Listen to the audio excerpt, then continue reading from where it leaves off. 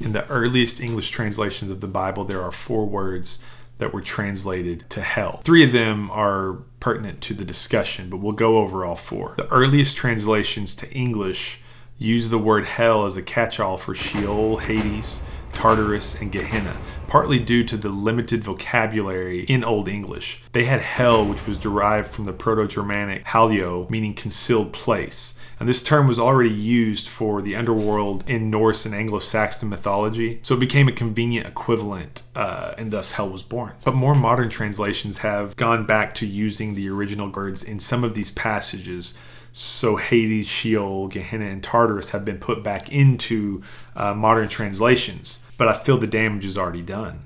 So should we interpret these 4 words as an unending fire escape for the damned? Let's take a closer look. So Sheol refers to the grave, the realm of the dead, or the underworld. It's a neutral place where all the dead go, both righteous and wicked, and it does not inherently imply punishment or torment. It's just meant to be understood as this shadowy existence after death.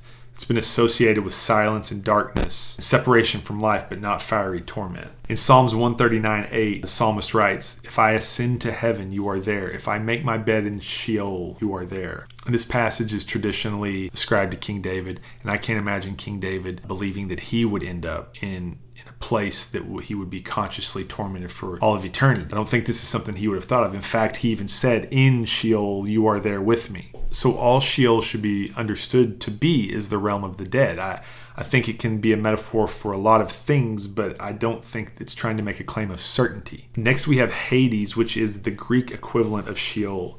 It represents the place of the dead as well, and it mirrors the Greek mythology of the underworld, but it also carries over a neutral concept from Jewish thought.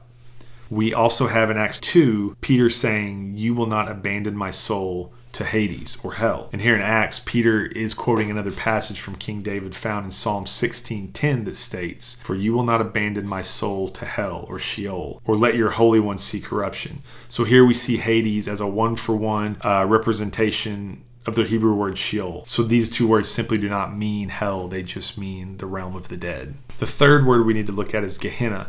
This word is probably most closely resembling our modern idea of hell, of this this unending conscious torment. But Gehenna was a real place, and Jesus used this literal place of Gehenna as a stark warning to the Jewish nation about the judgment that would come upon them in rejecting their message of the Messiah. And that judgment did come at the hands of the Roman Empire in 70 AD when they laid waste to Jerusalem. Now, Gehenna refers to the Valley of Hinnom, a location outside of Jerusalem. Historically, it was associated with child sacrifices to pagan gods, and later it became a garbage dump where waste was burned, symbolizing judgment and destruction.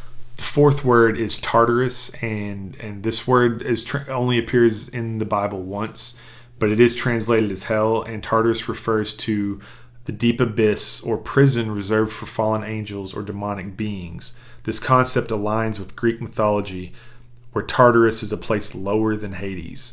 So the concept of Tartarus is it's not meant for humans. It is specifically punished for rebellious spiritual beings. Yet we read it as hell in the King James Version, and therefore it makes its way into our concept of what hell is. So I think in terms of Sheol and Hades, those words are just meant to be understood as the realm of the dead, the grave, the pit. It's something unknown to us as humans, but it is death ultimately. Gehenna, however, is distinct in the fact that it is used by Jesus to represent judgment in this life, but also in the next. But the question of if Gehenna is meant to be understood as an unending conscious torment or annihilation or a place of that brings someone to restoration has been debated by scholars for centuries. So when Jesus spoke of Gehenna, it would have created a vivid image in the Jewish mind tied to their historical and cultural understanding of this valley of destruction outside their city walls. So Gehenna referred to the Valley of Hinnom, and this place is associated with idolatry and child sacrifice that existed within Israel's history, and later, some believe, it became a garbage dump where fires burned continuously as a place of defilement and destruction. And in Jesus' ministry, references to Gehenna often carried prophetic warning of impending